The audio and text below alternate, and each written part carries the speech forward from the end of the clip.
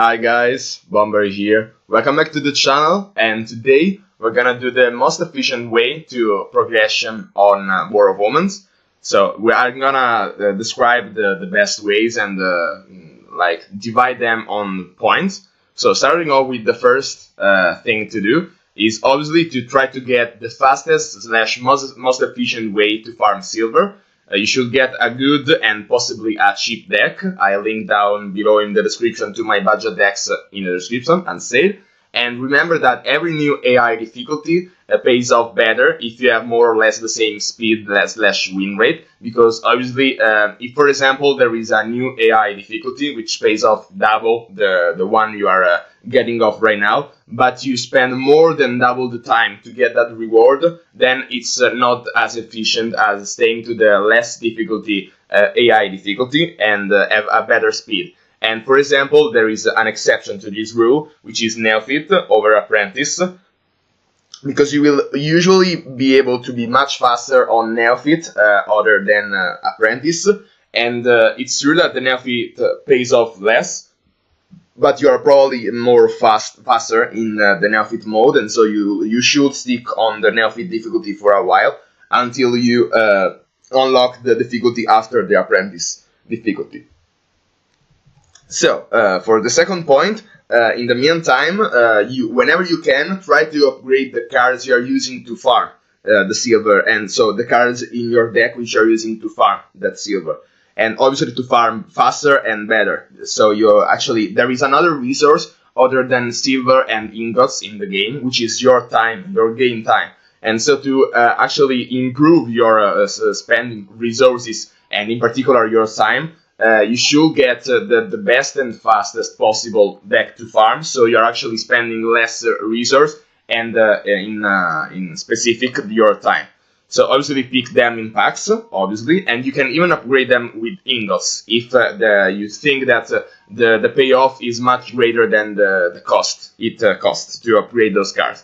And as I said before, you are spending a valuable resource, so like silver and ingots, but you will be saving another one, which is your time. So definitely go for this second point. Then for the third, except the cards you're using to farm, always pick the most unupgraded cards with priority for heroes, new cards, first upgrade, and then second upgrade of cards. And when I say except the cards you're using to farm, I mean that those you can pick them even if they are not the most unupgraded ones. But always pick the heroes, even if there are cards you're using to farm in that same pack selection. So always go for heroes first, then probably new cards also, and then you can go for the cards you're using in your deck, and after that the first upgrade and the second upgrade. But probably when you are at this point, you already have maxed your budget deck to farm your Grandmaster or whatever difficulty on the EI. So then for the fourth part, once you have almost all your common maxed, remember that each higher quality pack, so for example silver and gold, gives you much more value than the previous one. So it's better to switch to it as fast as possible. But it's also true that picking unupgraded cards is better than upgrading them with ingots. So if you feel like you're getting too much maxed cards from packs, which have less value instead as a rule of thumb, which have less value instead, and as a rule of thumb, when you start getting 10 packs in a row without an unmaxed card, then you can upgrade the remaining unmaxed commons to unlock silver pack. So with all this, I mean that when I say that it's always best to pick the most unupgraded cards, is because doing a little bit of math, when you pick a card in a pack, you're actually getting half the value of the ingots you would gain if the card was maxed instead. So you may think that in the first place, it's always better to take maxed cards, but it's not true, because when you are picking that card, you are gaining half the ingots value, and that's true, but you're also gaining the ingot value that you would have had to spend if you were to upgrade the card with ingots. So I'm gonna do an example with rares. So every rares cost 4,000 to upgrade to the first level and 20,000 to upgrade to the second level. And so, since you have to pick 4 times for the first level and 20 times for the second level, every tick on the upgrade level of the card actually costs 1,000 gold, ingots. It costs 1,000 ingots. And so it's true that picking a maxed rare will give you 400 ingots, while instead if you pick an unmaxed rare, it only gives you 200 ingots, so that's half the value. But you're getting 200 the ingots, and also 1000 more that you gain in the card upgrade.